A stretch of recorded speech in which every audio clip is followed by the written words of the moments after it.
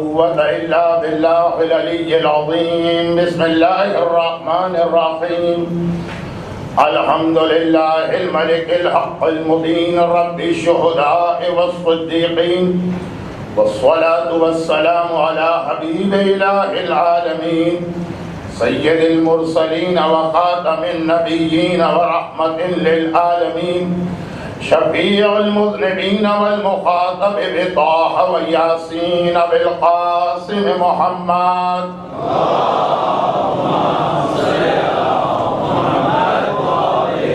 وآله الطيبين الطاهرين المعصومين المظلومين المنتجبين الميامين، سيما على بقية الله في الأراضين وحجته على العالمين الإمام المنتظر والحجة الثانية شرع عجل اللهم له الفرج، ولعنة الله على أعدائهم أجمعين. أما بعد، فقد قال الله عز وجل في كتابه المبين وقرآنه المتين وقرآنه المجيد وقوله الحق. بسم الله الرحمن الرحيم. ضرب الله مثلا للذين آمنوا امرأة فرعون إذ قالت رب ابن لي بيتا عندك في الجنة، وقال الذين يتبعون الرسول النبي الأمي الذي يجدونه مكتوبا عندهم في التوراة والإنجيل يأمرهم بالمعروف وينهاهم عن المنكر ويحل لهم الطيبات ويحرم عليهم الخبائث، وقال الذين إن مكناهم في الأرض أقاموا الصلاة وآتوا الزكاة وأمروا بالمعروف ونهوا عن المنكر ولله عاقبة الأمور.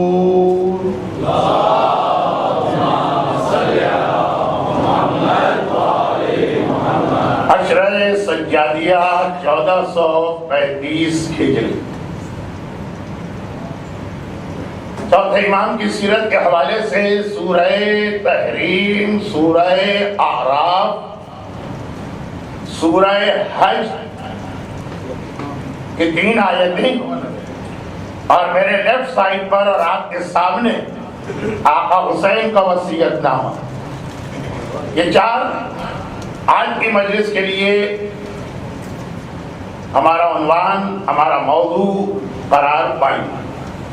اور جو بات چل رہی تھی اسی بات کے تسلسل میں، کیونکہ بہرحال میرا موضوع جناب آسیہ کی ذات نہیں، دعائے آسیہ تو صرف اس عنوان پر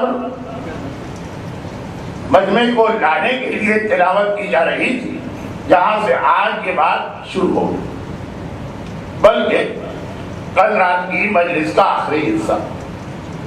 لیکن اس سے پہلے کہ ان تمام چیزوں کو آپس میں ربط دے کے ملایا جائے، کم از کم آیتوں کے ترجمے کا ثواب اور فضیلت حاصل کر لی جائے. اگرچہ قرآن عربی الفاظ کا نام، ترجمہ پڑھ کے اگر کوئی یہ سمجھے کہ وہ قرآن پڑھ رہا، ترجمہ پڑھ کے کوئی یہ سمجھے کہ وہ قرآن کا فائدہ حاصل کر رہا، تو یہ اس کی ایک غلط فہمی ہے. لیکن یہ خود ایک ایسا موضوع ہے جس پہ گفتگو اگر شروع ہو گئی تو آدھی مجلس کا موضوع رہ جائے گا. اس لیے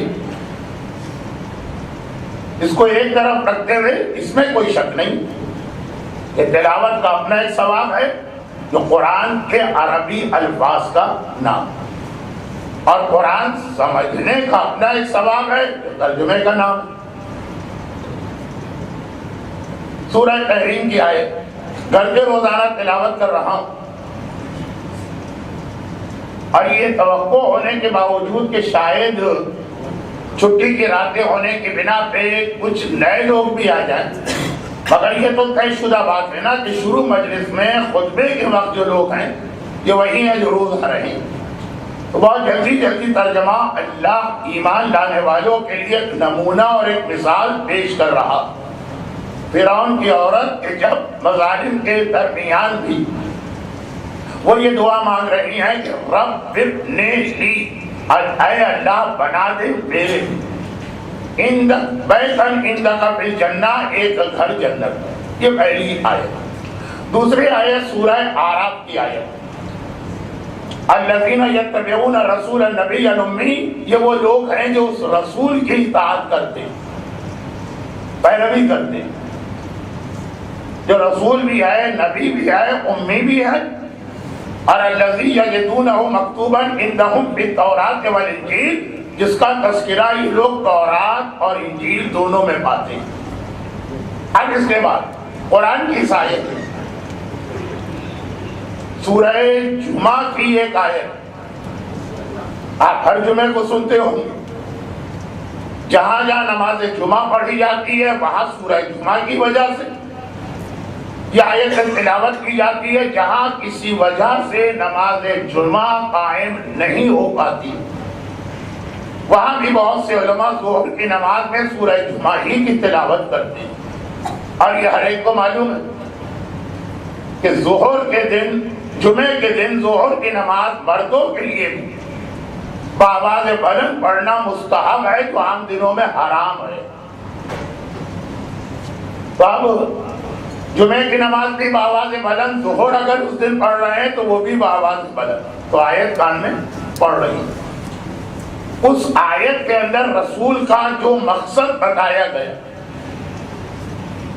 وہ ذرا مختلف، مگر اس آیت کے اندر قرآن نے صرف ایک بات کہی، الذین یتبعون الرسول النبی الامی الذی یجدونہ مکتوبا عندہم فی التوراۃ والانجیل، جس کا تذکرہ ہے تورات میں، انجیل میں، جو رسول ہے، نبی ہے، امی ہے، سب کہہ کے صرف ایک بات، یأمرہم بالمعروف وینہاہم عن المنکر، وہ نیکیوں کا حکم دیتا ہے اور برائیوں سے روکتا۔ اب آقا حسین کا یہ وصیت نامہ عربی، انگلش، اردو، یہی الفاظ اس میں بھی آپ کو نظر آ رہے ہوں، لیکن ابھی تو بات خالی قرآن کے ترجمے پر۔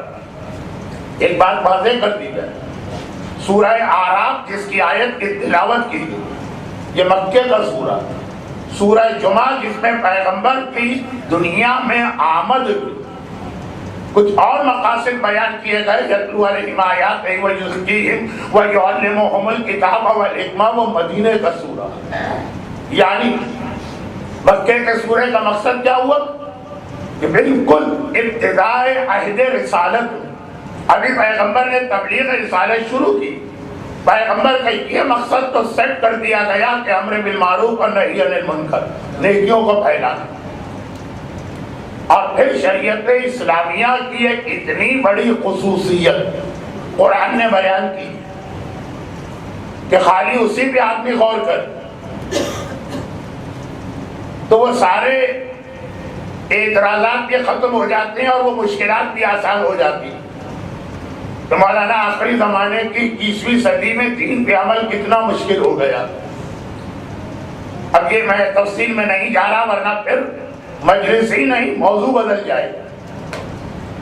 شریعت اسلامی کی خصوصیات، یحل لہم الطیبات ویحرم علیہم الخبائث، کا جو بھی دنیا میں پاک و پاکیزہ چیز ہے یہ حبیب ہر ایک کو حلال کرتا، یہ بھیجا اس لیے گیا کہ پیغمبر کے آنے کا مقصد یحل حلال کرے لہم، ان لوگوں کے لیے، الطیبات ویحرم علیہم الخبائث، اور جتنی خبیث چیزیں ہیں یہ ان کو حرام کر رہا۔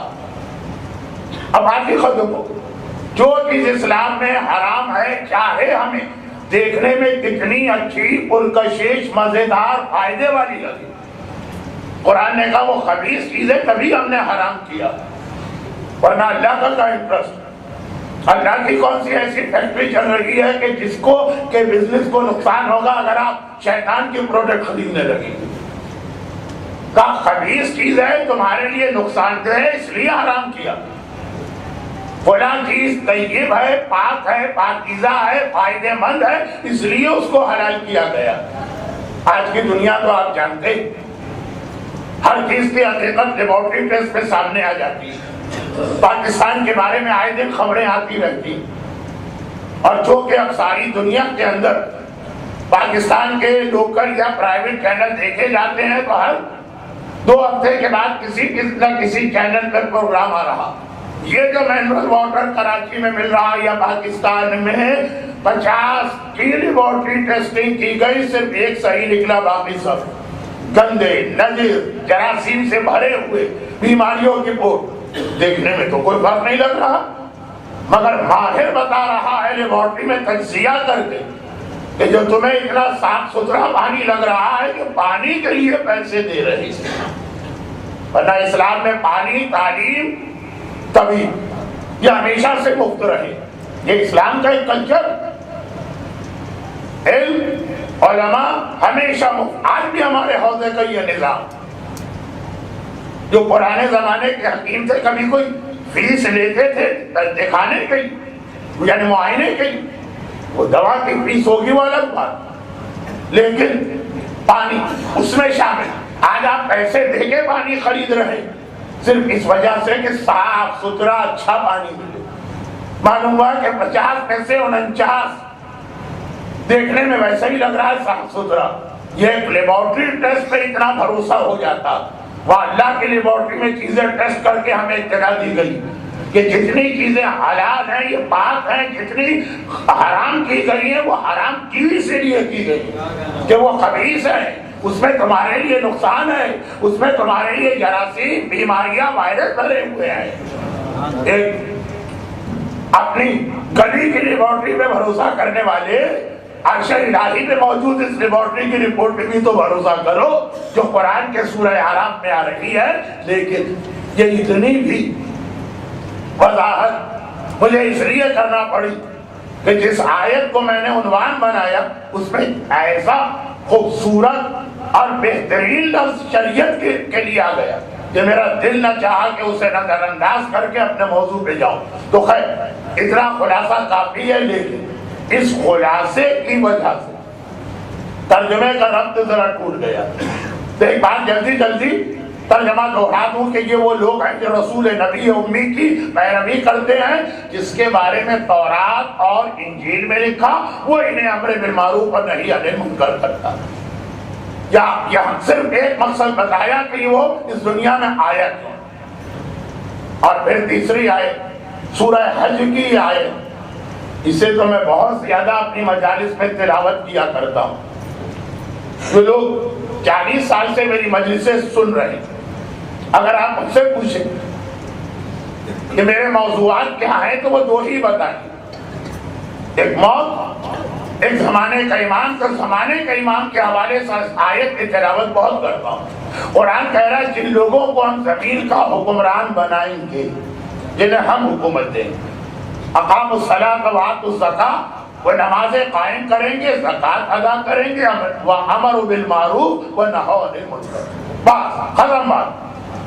امر بالمعروف کریں گے، نہی عن المنکر کریں گے، للہ عاقبۃ الامور، پورا منشور حکومت امام زمانہ کا اس آیت میں سمیٹ کے دے دیا گیا۔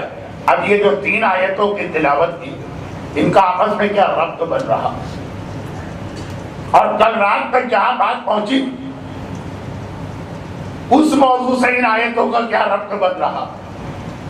مجلس عشرے کی مجلس، عشرے کا مطلب یہ ہے کہ ایک مسلسل عنوان پہ گفتگو کی جا رہی، تو آئیے وہی ربط آپ کو یاد دلایا جائے۔ قال رب ابن لی بیتا عندک فی الجنہ، اے خدا مجھے گھر چاہیے لیکن جنت میں۔ یہاں سے بات نکلی تھی کہ مومن کی اصل تمنا، مراد، خواہش جنت کی نعمتیں ہونا چاہیے، خالی گھر نہیں۔ اصل چیز جنت، اس کے ساتھ اگر دنیا بھی مل جائے تو کیا کہنا۔ دکاندار جب کوئی سودا دیتا تھا پہلے زمانے تو ساتھ میں کچھ اور بھی اس کے ساتھ کر دیتا تھا، buy one get one free, تو آج بھی کہیں کہیں ہوتا۔ تو اصل چیز وہ ہے جو بائی ون جو آپ خرید رہے ہیں، گیٹ ون فری جو آپ کو مل رہا ہے وہ تو ایسے ہی مل رہا۔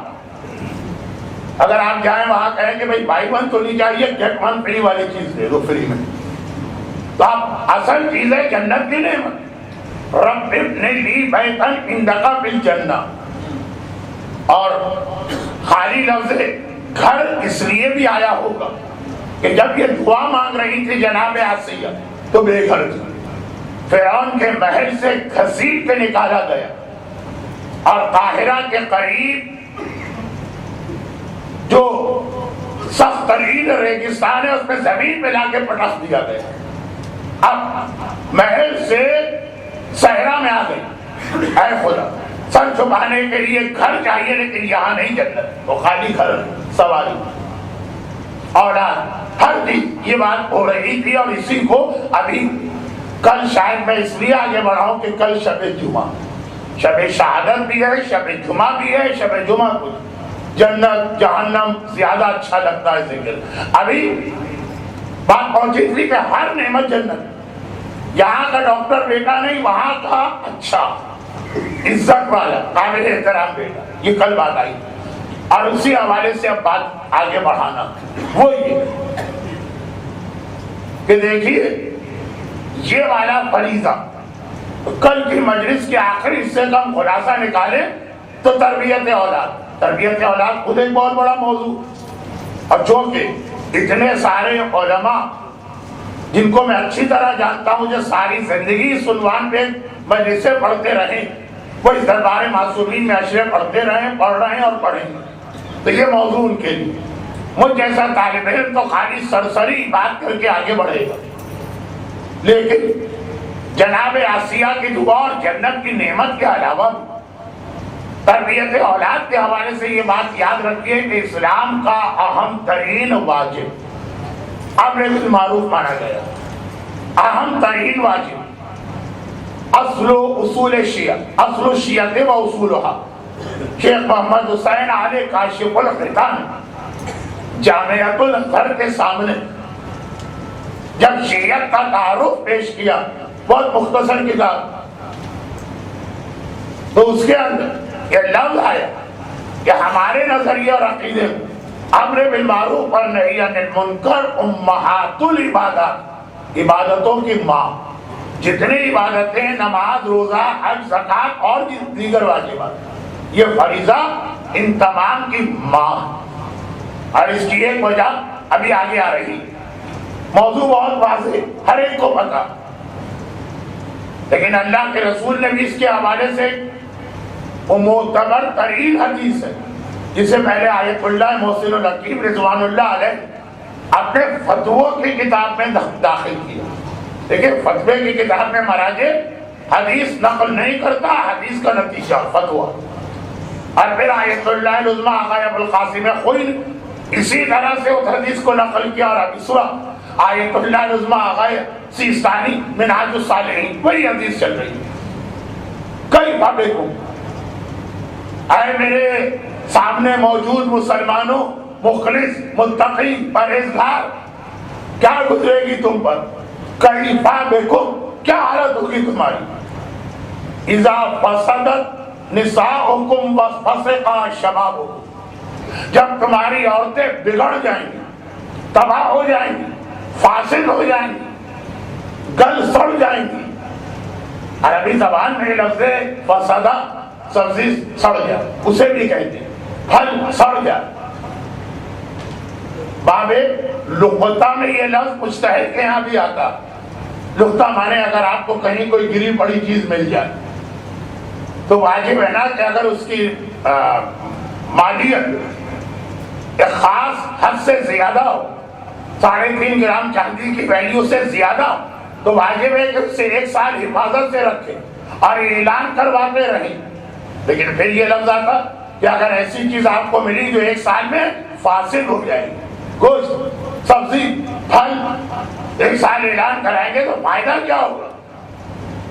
تو وہاں پہ پھر تفصیل آتی ہے کہ کیا کرنا ہے. لیکن تمہاری عورتیں تباہ ہو جائیں گی، اسپوائل، بگڑ جائیں گی، خراب ہو جائیں گی، گل سڑ جائیں گی تمہاری عورتیں، اور تمہارے نوجوان فاسق ہو جائیں گے. کیا گزرے گی تم پر؟ اور پھر اسی کے ساتھ پیغمبر کا ایک لفظ وہ اس انداز کا کہ ایسا لگ رہا کہ پیغمبر نے یہ 4 چیزیں نہیں بتائی، اس کو علت و معلول بنا دیا. کاز اینڈ ریزن پیغمبر نے کہا اور لوگ امر بالمعروف اور نہی عن المنکر ترک کر دیں. گرچہ حدیث میں لفظ اور، لیکن انداز ایسا ہے کہ یہ لگ رہا ہے کہ پیغمبر کہنا چاہتے ہیں کہ چونکہ امر بالمعروف ترک کریں گے اس لیے عورتیں تباہ ہو جائیں گی، اس لیے نوجوان فاسق و فاجر ہو جائیں گے۔ یہ کچھ ذرا سا میں اپنے موضوع سے ہٹا، آپ کے لیے فرق نہیں پڑتا، میرے لیے فرق پڑتا ہے کہ مجھے جو بات آج مکمل کرنا، آج ہی مکمل کرنا۔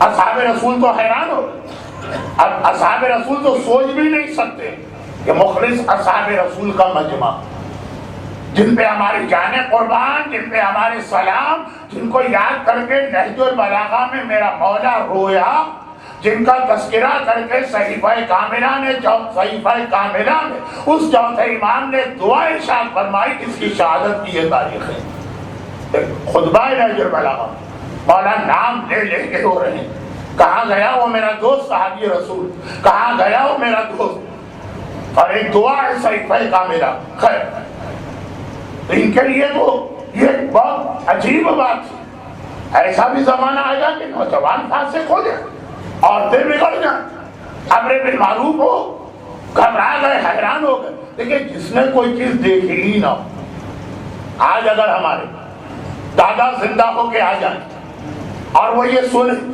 کہ پاکستان کے اخبار میں یہ اشتہار چھپتا کہ بیٹا کہتا ہے کہ ہمارا باپ چونکہ انتہائی گستاخ و بد زبان ہے اس لیے ہم اسے آف کر رہے ہیں، وہ تو خش کھا کے گر پڑیں گے، چٹ سے گریں گے، پٹ سے مر جائیں گے۔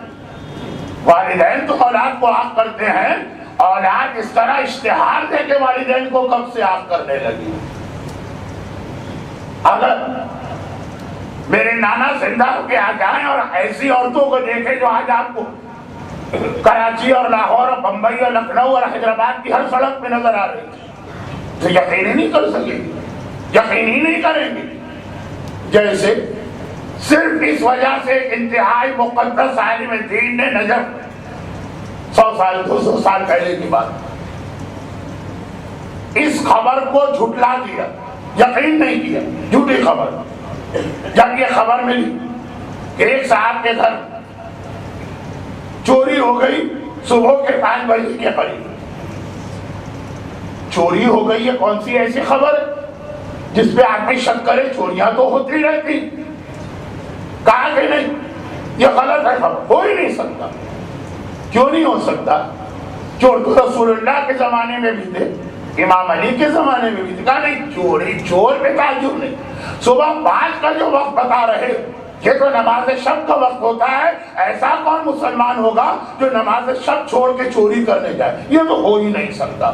وہ اپنا تقدس کا ماحول دیکھے ہوئے، جہاں چور بھی نماز شب پڑھا کرتے ہیں، لیکن ہمارے اور آپ کے لیے تو بڑے بڑے مستقری اور پرہیزگار بھی نماز شب میں پھسڈی نظر آتے ہیں۔ خیر، اب یہ بات تو آگے، سجاد سجدہ کرنے والے، زین العابدین عبادت کرنے والا، اس عشرے کا ایک رخ تو ادھر جائے گا لیکن آج نہیں۔ چھوٹی سی بات جو چل رہی اصحاب رسول کو اسی میں یقین نہیں آئے، یہ کیسے ہو سکتا ہے کہ معاشرے میں گناہ ہو اور لوگ خاموش بیٹھے؟ پیغمبر نے فرمایا اسی پہ حیران ہو گئے، وَكَيْفَ بِكُمْ، تو تم پر کیا گزرے گی جب معروف منکر ہو جائے گا، منکر معروف، نیکیاں برائی بن جائیں گی، برائیاں نیکی بن جائیں گی۔ اب مثالیں دینے کا فائدہ کیا یا ضرورت کیا؟ ہاں، ایک درخواست ہمارے محترم ناظم صاحب نے کی تھی، وہ ذرا ڈر گئے پہلے دن کے اعلان سے، آگے آنے والی بات، تو وہ کہا تھا کہ آج 2-3 دن مجمع شاید زیادہ ہو، تو آج تو آپ مجمع کو آگے بلا لیجیے گا۔ میں اگر سے دیکھ تو رہا ہوں کہ اتنا مجمع تو ابھی نہیں ہوا، لیکن کچھ آثار لگ رہے ہیں، تو آپ حضرات سے درخواست ہے کہ میرا تسلسل نہ ٹوٹنے پائے، مجھے مجلس نہ روکنا پڑے، ایک ہی مرتبہ میں آپ جتنا آگے آ سکتے ہو، یہ جگہ ہمیشہ خالی رہتی ہے، شکوہ آگے کی آج خاصی خالی جگہ ہے، ادھر سے بھی لوگ آ سکتے ہیں، مجلس کے بیچ میں اب میرا مسلسل بیان ہوگا، تو آپ حضرات اتنا تعاون کریں اور خالی اس طرح آگے نہ آئیں، ثواب لیتے ہوئے آگے آئیں۔ درود بھیجے محمد و آل محمد۔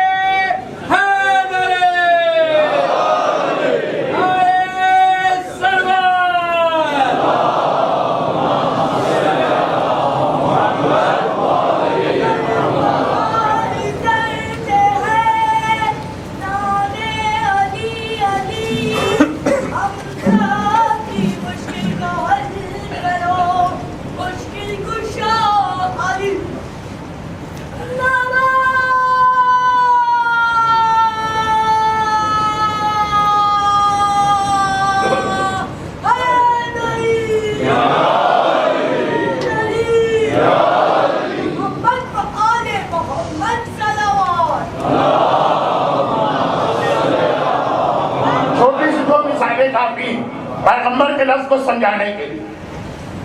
بہت پرانی بات نہیں ہے, میں اپنے بچپنے کی بات بھی نہیں کرتا, جوانی کی بات کر رہا ہوں. میں بہت بوڑھا نہیں ہوں. بعض اوقات لوگ میری باتوں سے سمجھتے ہیں کہ میں حضرت نوح کے بچوں کے ساتھ کھیلتا تھا جب وہ کشتی بنا رہے تھے. ایسا نہیں ہے, بہت اتنی پرانی بات بھی نہیں کہ حرام کمانے والا معاشرے بہرحال برا سمجھا جاتا تھا. جو حرام کی طرف نہیں جا رہا اس کے گھر میں واقعی لوگ اس کی تعریف ضرور کرتے ہیں. رشوت بہرحال بری مانی جاتی تھی. رشوت لینے والا چھپ چھپا کے رشوت لیتا. آج کیا ایسا الٹا ہو گیا, جس کے گھر میں حلال کی وجہ سے واقع ہیں سب اسی کو بے وقوف بناتے ہیں, اور اس کی بیوی بھی اسی کو بے وقوف بناتی ہے, اس کے بچے بھی اسی کو بے وقوف بناتے ہیں. اور جو حرام کمانے والا ہے حرام کو حرام نہیں سمجھا جا رہا ہے. ایک زمانے میں کسی بچی کے اچھے رشتے کا دار و مدار اس بات پر تھا, پابند صوم و صلات ہے, پردے کی پابند ہے, رشتے اچھے آئیں گے. آج جہاں کسی کو پتہ چل جائے, حتیٰ مذہبی لوگوں کو, کہ فلاں بچی پردے دار ہے, وہ جاتے جاتے اس کے گھر کی جانب راستہ کاٹ لیتے. مجلس میں بیٹھ کے واہ واہ کرنا بہت اچھی بات, لیکن اپنے گھر میں ہمیں ایسی بہو نہیں چاہیے. مثالیں تو ایک ڈھیر ہے, لیکن حجت الاسلام مولانا ہاشم رضا جعفری صاحب پورا سال آپ کی خدمت کرتے رہتے ہیں. آپ ان کے مختلف بیانات سے مستفید ہوتے ہیں. یہ ساری باتیں آپ سنتے ہی رہتے ہیں. میں پیغمبر کے لفظ کو سمجھا رہا ہوں, کیسے دیکھتے ہی دیکھتے اصحاب رسول کو اسی پہ یقین نہیں آ رہا, اور پیغمبر فرما رہے ہیں کہ اس سے برا ہوگا زمانہ, معروف منکر بنے گا, منکر معروف, اچھائی برائی میں مانی جائے گی, برائی اچھائی بن جائے گی. اصحاب رسول کی آنکھیں پھٹ گئی. یہاں تو میرے سامنے مجمع ایسا بیٹھتا ہے کہ میری سمجھ میں نہیں آتا یہ بیٹھے ہیں کہ نہیں ہیں. میں پہلا کام اگلے شہر میں جا کے ہی کروں گا کہ اپنی آئی سائٹ ٹیسٹ کراؤں گا. مجھے بہت شوق ہے.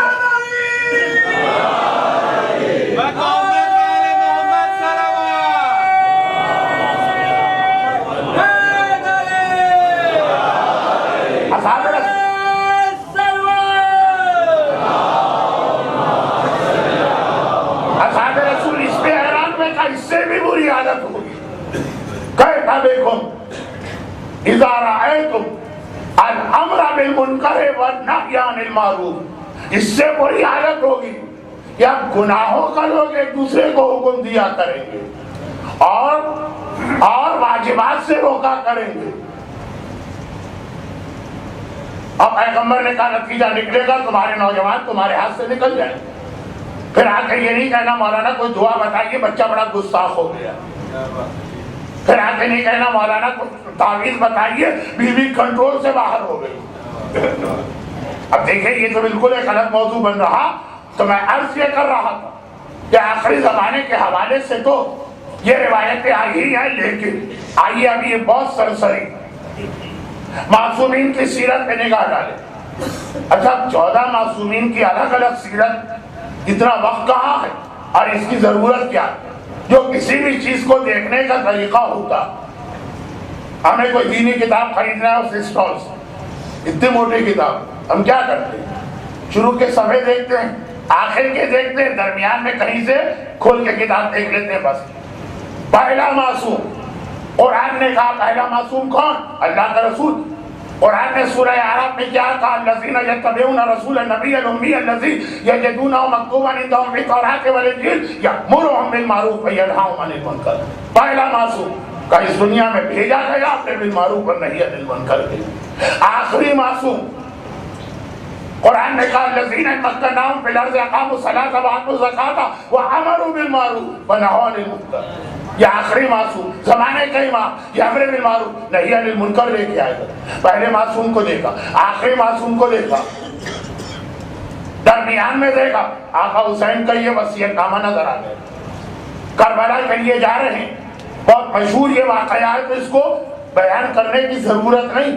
چھوٹے بھائی محمد حنفیہ کو بلائے, یہ اتنے طاقتور تھے کہ ایک کوائن یا سکہ ہاتھ میں لے کے اسے رگڑتے تھے, جو کوائن کے اوپر نقش عبارت کو مٹ جاتی. صاف ڈھال جو تلوار ہو, تیر نیزے روکنے کے لیے اسے ہاتھ میں لے کے اس طرح پھاڑتے تھے جیسے کوئی کاغذ کو پھاڑا کرتا. علی کا اتنا بہادر بیٹا. اور ان کی ماں جناب خولا، مولا سے کہا بھی تھا جب تک کہ آپ یہ راز نہیں بتائیں گے کہ میرے بازو پہ بندھے ہوئے تعویذ میں کیا لکھا ہے، میں اس شادی کے لیے راضی نہیں ہوں. خیر یہ تو بہت فضیلت والی خاتون اور بہت فضیلت والا بیٹا، اور آقا حسین اس کے نام وہ وصیت نامہ لکھ کے گئے. اس زمانے میں لکھنے کا اتنا رواج نہیں تھا، زبانی باتیں چلتی تھی، لیکن حسین کو معلوم تھا کہ آگے جا کے لوگ پورے میرے مقصد کو بدل دیں گے. کوئی کچھ کہے گا، کوئی کچھ کہے گا، کوئی کچھ کہے گا.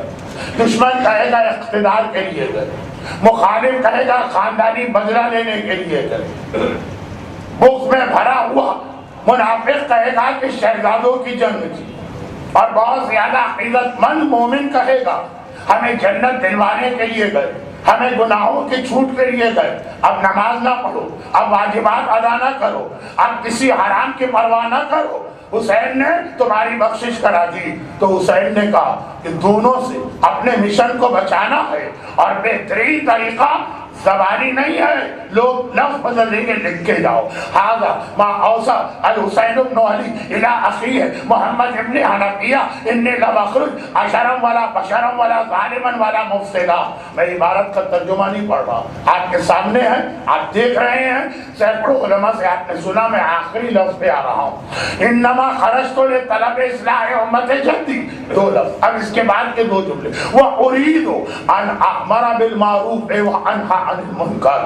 میرا ارادہ کربلا جانے سے صرف یہ ہے کہ امر بالمعروف اور نہی عن المنکر کروں. یہ تو کہا ہی کہا، لکھا. آگے ایک لفظ اور بڑھا دیا، وَأَسِيرُ بِسِيرَةِ جَدِّي وَأَبِي علی ابن ابی طالب علیہ الصلوۃ والسلام.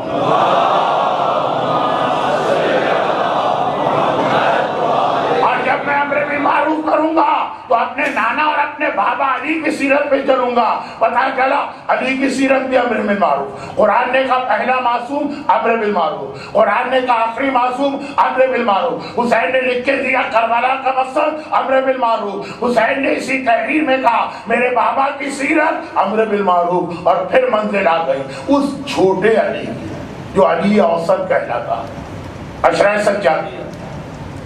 علی اوسط ہمارے چوتھے امام کا لقب ہے. کیوں؟ اس میں ایک نظریہ تو یہ ہے کہ آقا حسین کے 3 بیٹے علی تھے. سب سے بڑے علی اکبر تھے، ان کی عمر زیادہ تھی. پھر چوتھے امام تھے، پھر علی اصغر تھے. جو ہمارے علماء نے، ہندوستان اور پاکستان کے علماء نے تو تاریخ کی اس روایت کو قبول نہیں کیا. چوتھے امام بڑے، علی اکبر ان سے چھوٹے، علی اصغر ان سے چھوٹے. لیکن چونکہ میرا موضوع کربلا کے شہداء کے حالات نہیں ہے، اس لیے اس جملے کو یہاں چھوڑتا ہوں. تو پھر علی اوسط کیوں کہتے ہیں؟ جیسے رسول کی ایک حدیث اپنے لیے ہے، اہل بیت کو دیکھیں تو وہی حدیث علی کے لیے بھی ہے. اولنا محمد، اوسطنا محمد، آخرنا محمد، کلنا محمد. اس گھرانے میں اسی طرح اولنا علی، اوسطنا علی، آخرنا علی، کلنا علی، یہ سب کے سب علی ہیں. اب اس وجہ اول علی کعبے میں پیدا ہونے والا، ابو طالب کا بیٹا، کائنات کا مشکل کشا، فاتح خیبر، زوج بطول، وہ ہے آخری علی. ہمارے 10ویں امام ہیں، بیچ کے 2 علی، چوتھے اور 8ویں امام علی الاوسط، چوتھے امام. اب ان کی حدیث سنی. موضوع کبھی کبھار میں ذرا سا ادھر ادھر چلا جاتا ہوں تو لوگ بھول جاتے ہیں کہ مولانا پھسلے کہاں سے تھے، لیکن مجھے یاد ہے. پہلا معصوم امر بالمعروف، آخری معصوم امر بالمعروف، درمیان کا معصوم کربلا کا آقا امر بالمعروف، اپنے بابا کا ذکر امر بالمعروف. اور اب آئیے کربلا کا وارث، کربلا کا محافظ، کربلا کا آزادار، کربلا کا مبلغ، سب چوتھے امام. کربلا کا واقعہ ہم تک چوتھے امام نے پہنچائے، کربلا کی حفاظت چوتھے امام نے کی، کربلا کی تبلیغ چوتھے امام نے کی، کربلا کا امام زمانہ سے رشتہ چوتھے امام نے جوڑا. تو وہ چوتھا امام کربلا کے حوالے سے لے کے بظاہر قرآن کی ایک آیت کی تفسیر ایک سوال کر رہے ہیں مجمع سے، جو مجمع چوتھے امام کے سامنے، چوتھے امام کربلا کا ماتم بھی کرتے ہیں اور سب سے زیادہ ساری زندگی رونے میں گزری، لیکن بعض لوگوں اگر اس سے یہ نتیجہ نکالا کہ چوتھا امام ہر وقت کربلا کا ماتم کرتا ہے تو باقی فریضہ امامت کو ادا نہیں کرتا، یہ غلط۔ شریعت، تفسیر، فقہ، دعائیں، یہ سب اسی عزاداری کے بیچ میں چوتھے امام نے ہم تک پہنچائی۔ باقی براہ راست چوتھے امام کے حالات کل کی مجلس پہ آئیں گے، کیونکہ اصل تو شب شہادت کل، لیکن بہرحال یہ پورا عشرہ ہے۔ امام ایک سوال کر رہے ہیں، کونوا قردۃ خاسئین، قرآن کی آیت، لما تعظون قوما اللہ مہلکہم اور یعذبہم عذابا شدیدا، یہ دوسری آیت ہے۔ جب ایک گروہ کہہ رہا لما تعظون، کیوں وعظ و نصیحت کرتے ہو ان لوگوں، اللہ بھی تو ہے نا، اس کی مرضی، ان کے گناہ دیکھ کے چاہے تو ان کو مار دے، چاہے عذاب دے، ہم کون ہیں بولنے والے۔ اب یہ دو آیتوں کو، پہلی آیت کا ترجمہ ہے کون قردۃ، بندر بن جاؤ، یہ حکم خدا قرآن میں آیا۔ ویسے 39 39 جانور ایسے جو ممسوخات میں، اسلام نے حلال و حرام جانور کے لیے کوئی سیٹ فارمولا نہیں دی۔ پرندوں کے لیے فارمولا ہے، مچھلیوں کے لیے فارمولا ہے، چھلکا بغیر چھلکا، چوپایوں کے لیے کوئی فارمولا نہیں۔ گھر کے ہمارے ایک حدیث پڑھی جاتی کہ مولا سے پوچھا گیا کہ حلال و حرام جانور میں فرق کیا، پہچان کیا، لیکن ایسا کوئی سیٹ فارمولا ہے، ایک لسٹ آتی ہے، یہ جانور حرام، اور ان میں ایک لفظ آتا ہے ممسوخات حرام، یعنی حرام کا مطلب ان کا گوشت کھانا حرام، نجس نہیں۔ نجس تو صرف دو جانور ہیں، کتا اور سور، وہ جانور پاک ہیں، گوشت حرام۔ شیر، چیتا، ہاتھی، اب نام نہیں آتے کا ممسوخات، اور یہ اتنی معتبر حدیث، تمام مجتہدین کا دار و مدار فتوے میں اس حدیث پر، کہ یہ کیا چیز ہوتی ہے ممسوخات؟ کہا بنی اسرائیل کی وہ سرکش اور باغی قوم جو حکم خدا کی مخالفت کرتی تھی، اللہ نے ایک وارننگ دی، نہیں مانی، دوسری وارننگ دی، نہیں مانی، تیسری وارننگ دی، عذاب بھیج کے ان کو جانور بنا دیا۔ یہ تو ہندوؤں جیسا عقیدہ ہوا نہیں۔ پھر وہ جانور، وہ جو آدمی جانور بنے، وہ 3 دن میں سب ختم ہو گئے، ان کی نسل نہیں چلی۔ اس شکل میں اللہ نے پھر ایک جانور پیدا کیا، اس کو دیکھو وہ قوم یاد آ جائے۔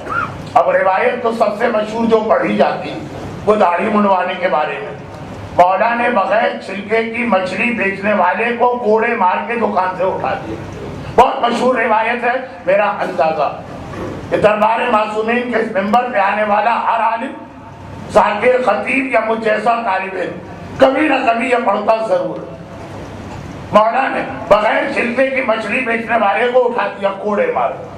تو بنی اسرائیل کے مسخ شدہ کو بیچ رہا ہے جس پہ اللہ کا عذاب ہے۔ مولا کیا عذاب ہے؟ کہ یہ وہ قوم تھی جو اپنی داڑھی کو منڈواتی۔ پہلی وارننگ نہیں مانی، دوسری وارننگ نہیں مانی، تیسری وارننگ مچھلی بن۔ اب وہ مچھلی آج نہیں، وہ تو مر گئے اس شکل میں، تاکہ یہ مچھلی نظر آئے، گناہ یاد آ جائے۔ تو اسی طرح 39 جانور، خرگوش، وہ عورت ہے جو نجس ہونے کے بعد لاپرواہی سے غسل کرتی، غسل کا ایک طریقہ ہے اسلام، لاپرواہی سے غسل کرتی، اسے خرگوش بنا دیا گیا۔ بندر، بنی اسرائیل کی وہ قوم ہے جو رزق حلال و حرام میں بھی فراڈ کرتے تھے، وارننگ آئی، اللہ نے بندر بنا دیا۔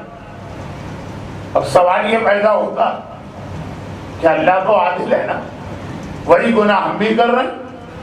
جو طریقہ اللہ نے بنی اسرائیل کے لیے اختیار کیا، اگر آج اللہ اختیار کرے تو ہمارے گھر میں خرگوش پھدکتے نظر آئیں گے، عورتیں تو نظر نہیں آئیں گی، دکانوں پہ بندر اچکتے نظر آئیں گے، دکاندار تو نظر نہیں آئیں گے۔ 39 گناہوں کی لسٹ کبھی دیکھیے، مولانا وہ رزق کہاں ملے گی؟ مثلاً حلیت المتقین علامہ مجلسی کی کتاب کے لاسٹ چیپٹر میں، جو اردو میں تہذیب الاسلام کے نام سے ترجمہ ہو، ایک کتاب کا نام مثال میں لیا، میں مجلس میں بھی پڑھ سکتا ہوں، بہت آسان ہے، 39 جانوروں میں کشرا ہو جائے گا، لیکن جو چیز آسانی سے آپ کو 2 پیجز پہ مل جائے، اس پہ آپ کا وقت یہاں کیوں لگایا جائے؟ تو خلاصہ یہ ایک سوال یہ آتا، اسی کا جواب جب شیخ مرتضی انصاری نے دیا تو زمانے کے امام نے مسکرا کے کہا انت مجتہد حقا، تیرے اجتہاد کی گواہی میں دے کے جا رہا ہوں۔ یہ سارے بہت دلچسپ واقعات، لیکن ایک تو موضوع سے ہٹ کے اور بہت مشہور بات۔ پھر یہ ساری بات میں نے چھیڑی کیوں؟ جب پڑھنا ہی نہیں تھا، نہیں پڑھنا ہے بندر کے واقعے پر۔ امام فرماتے ہیں کہ یہ جو عام مسلمانوں میں خیال ہے کہ بنی اسرائیل کے کاروباری لوگوں کو اللہ نے عذاب دے کے بندر بنایا، غلط ہے۔ مولا میرا صحیح واقعہ کیا؟ یہ واقعہ امام نے فرمایا کہ بھائی یہاں تک تو بات صحیح، یہ قرآن میں بھی تذکرہ کیا ہے، رسول ان کو یاد دلاؤ، ہفتے کے دن دریا کے کنارے شکار کرنے والوں کا واقعہ، جن سے ہم نے کہا بندر بن جاؤ۔ اب امام فرما رہے سنو، بنی اسرائیل کی قوم دریا کے کنارے رہتی تھی، اور پہلے زمانے میں آبادی کم تھی، چنانچہ نیچرل ریسورسز بہت زیادہ تھے، دنیا بھی نئی نئی ہے، آبادی بھی کم ہے، پانی بہت ہے، زمین زرخیز ہے، منرل بہت ہیں، کوئلہ، پیٹرول، ہر چیز کی کثرت۔ آج انسان نے چیزیں استعمال کر کے کم کر دی، تو بہت پہلے، اور یہ واقعہ تو بہت پہلے کا۔ دریا میں مچھلیاں کثرت سے بھری، آبادی کتنی، اور مچھلی پکڑنے کا طریقہ کیا؟ اب آج کی طرح کا ٹرالر کو تھوڑی آتا ہے کہ ایک بار پمپ لگا کے جو سب کرتا ہے تو ٹنوں مچھلی ایک لمحے میں آ جائے۔ خیر، تو اب مچھلیاں بہت دریا میں، اللہ کا حکم آ گیا کہ ہفتے کا دن ہے، بنی اسرائیل تمہارے لیے کوئی بھی کام کرنا حرام ہے، خاص طور پہ تجارت۔ اب حکم آ گیا یہ کہ وہ بڑا مشکل ہوتا کہ آدمی اگر منافق ہو، مخالفت بھی نہیں کر سکتا، ماننے کو دل بھی نہیں چاہتا، بھئی کافر ہو کہنے کا کہ آپ کے حکم سے میرا کیا تعلق، آنے دو حکم، مومن ہو تو سر جھکا کے مانے گا حکم۔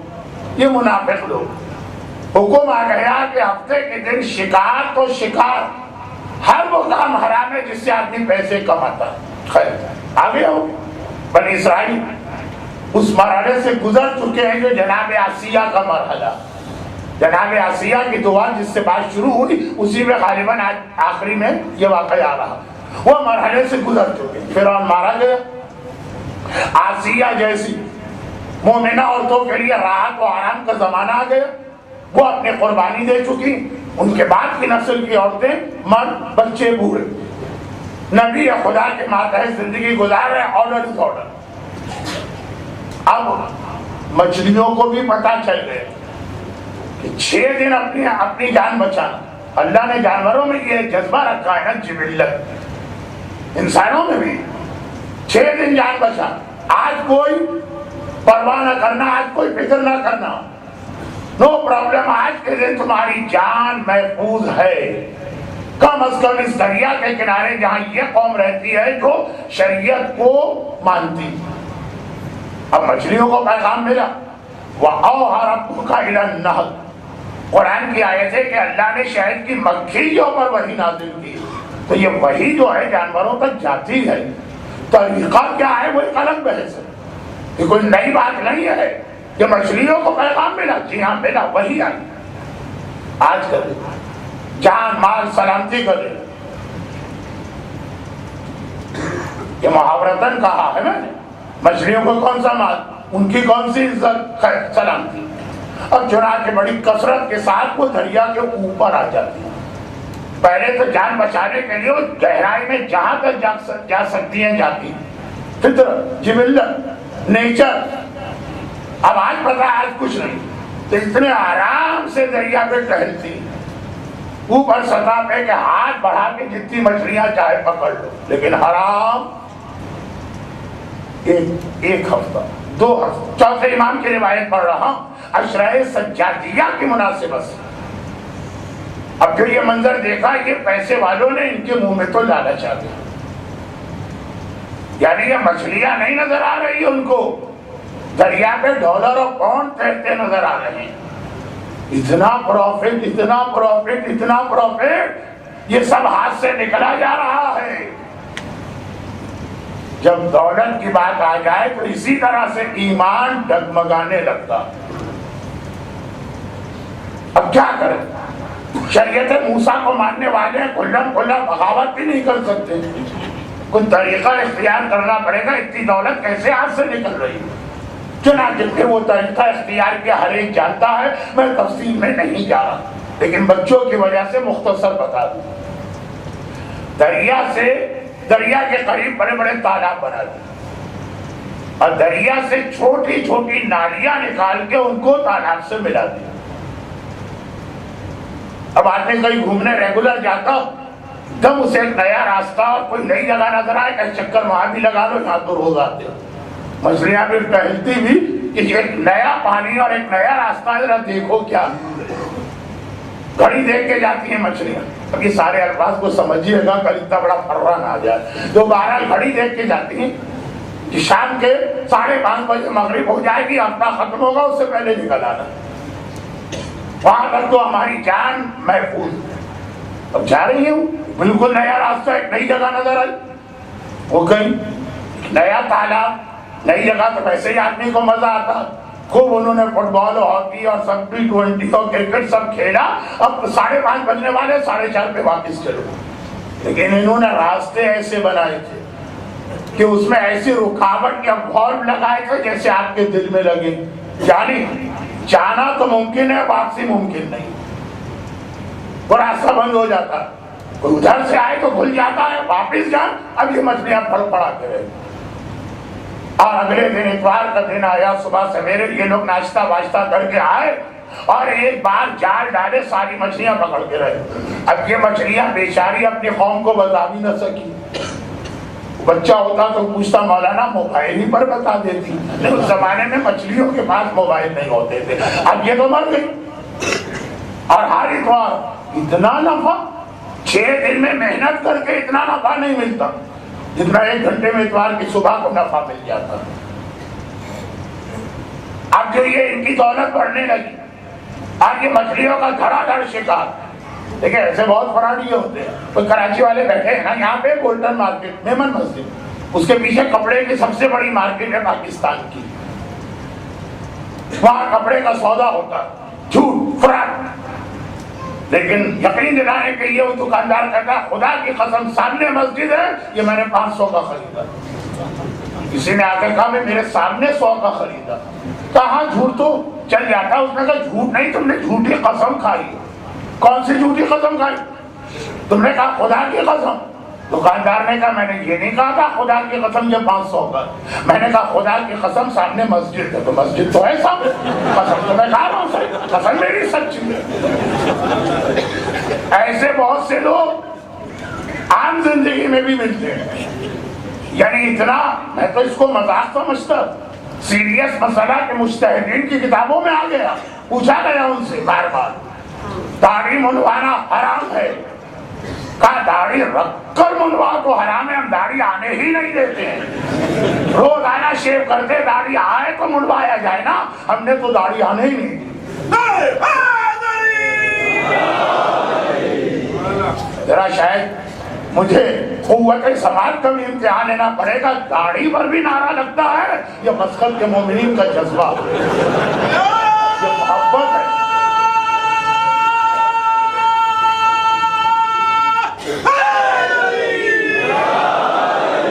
ایسے نعرے لگانے والے ہو تو پڑھنے والا کا بھی دل بڑھ جایا کرتا ہے۔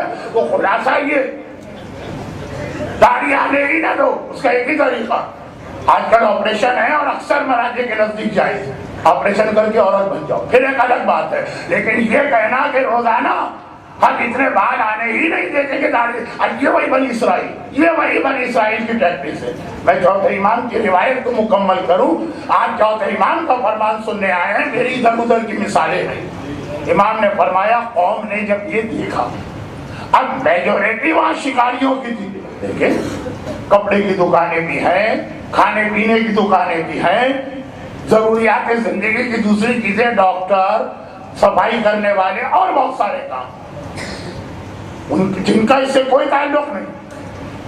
ان کے درمیان آپس میں ڈسکشن ہونے لگا کہ ہمارے نبی نے اتنا سخت آرڈر دیا. جو شیخ محمد حسین آل کاشف الخطاب کی کتاب کا ریفرنس دیا، یہ دو عبادتیں امہات العبادات ہیں اور تمام انبیاء کا طریقہ کار رہی.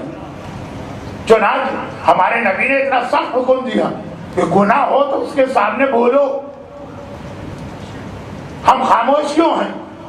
تب کچھ لوگ آپس میں ابھی بحث ہو رہی. آدھی قوم نے کہا بولنا، آدھی نے کہا لما تعظون قوما اللہ مہلکہم. ارے اللہ تو ہے نا اپنے دین کا نگہبان، تمہیں کیا ضرورت ہے ان کے معاملے میں ٹانگ اڑانے کی؟ اللہ چاہے تو ہلاک کر دے، اللہ چاہے تو عذاب دے.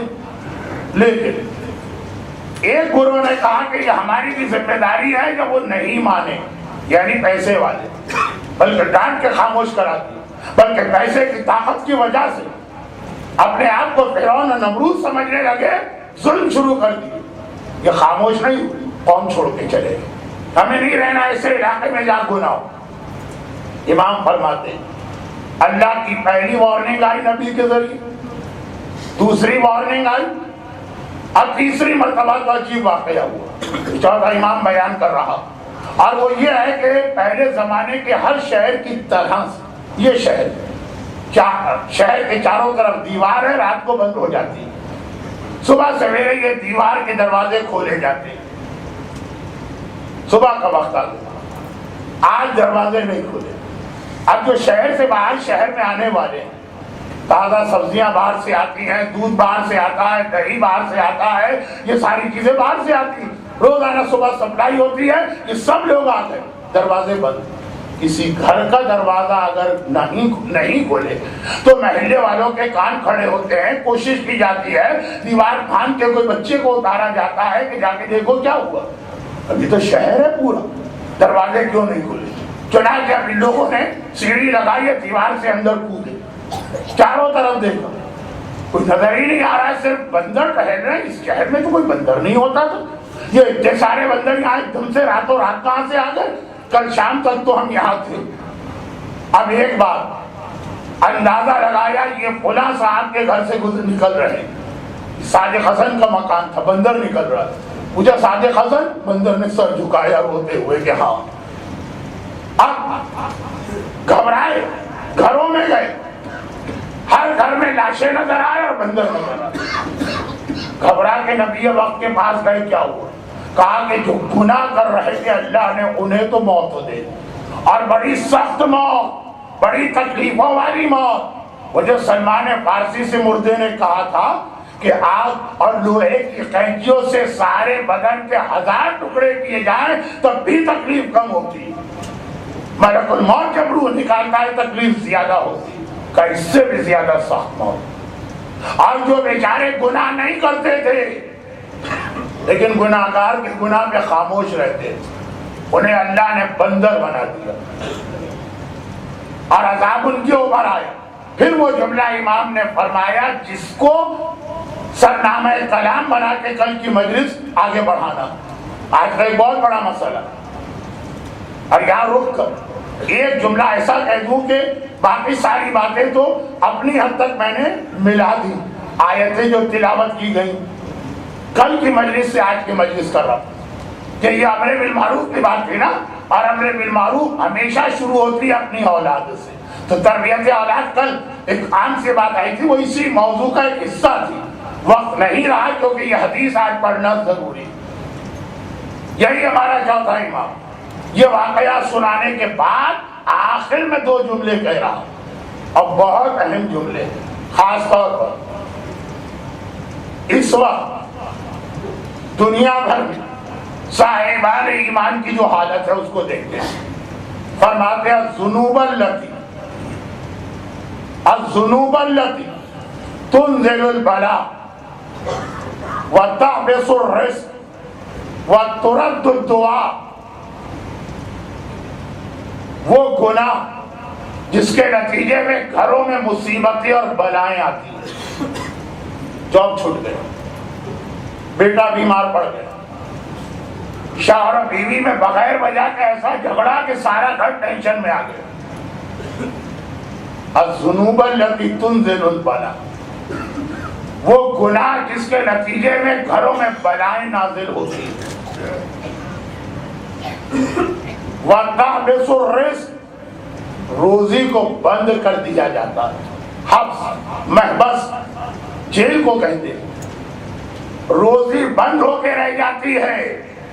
آدمی حیران ہو کے سوچتا، ادھر بھی کوشش کی، ادھر بھی محنت کی، وہاں بھی اپلائی کیا، بزنس میں بھی ہاتھ ڈالا، ایسا لگ رہا ہے کسی نے روزی بند کر دی۔ چلا گیا کسی جعلی فراڈی پیر کے پاس، اس نے کہا ہے تمہارا ایک دشمن، اب آپ قریبی لوگوں میں، تو پہلے ہی اس کے ذہن میں کچھ نام تھے، کنفرم ہو گیا کہ یقیناً میرے سسرال والے میرے اوپر کوئی عمل کرا رہے ہیں کہ میری روزی بند ہو گئی۔ تم خود کرا رہے، کوئی اور نہیں کرا رہا، تم نے اپنی روزی کو اپنے ہاتھ سے بند کیا۔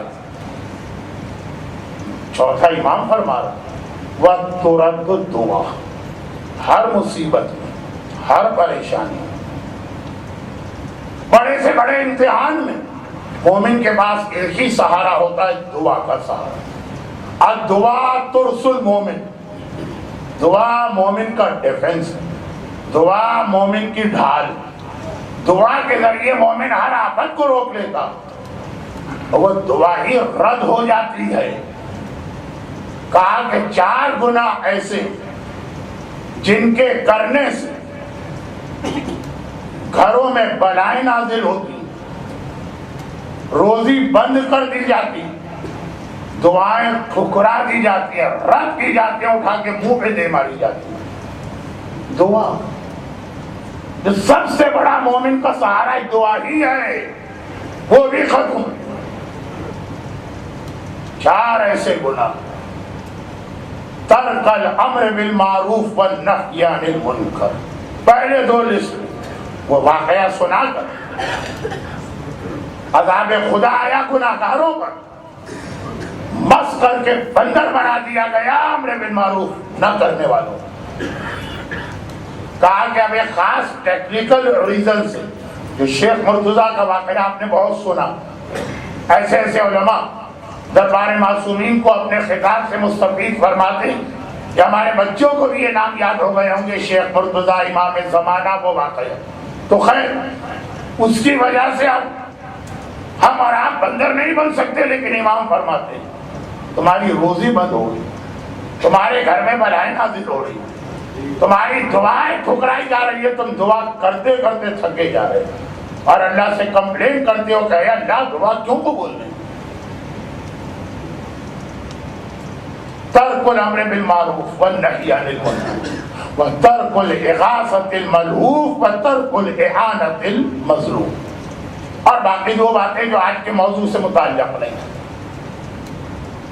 امام نے فرمایا، چوتھا امام عشرہ سجادیہ، کل تو شہادت کی رات آ ہی رہی ہے، کہ نبی سے یہ بیان مکمل جو تھے امام، اے ہمارے شیعہ، اگر ہماری دعا لینا تو کبھی اس فریضے کو ترک نہ کرنا، کیونکہ میرا بابا اسی کے لیے کربلا گیا، بخت عباس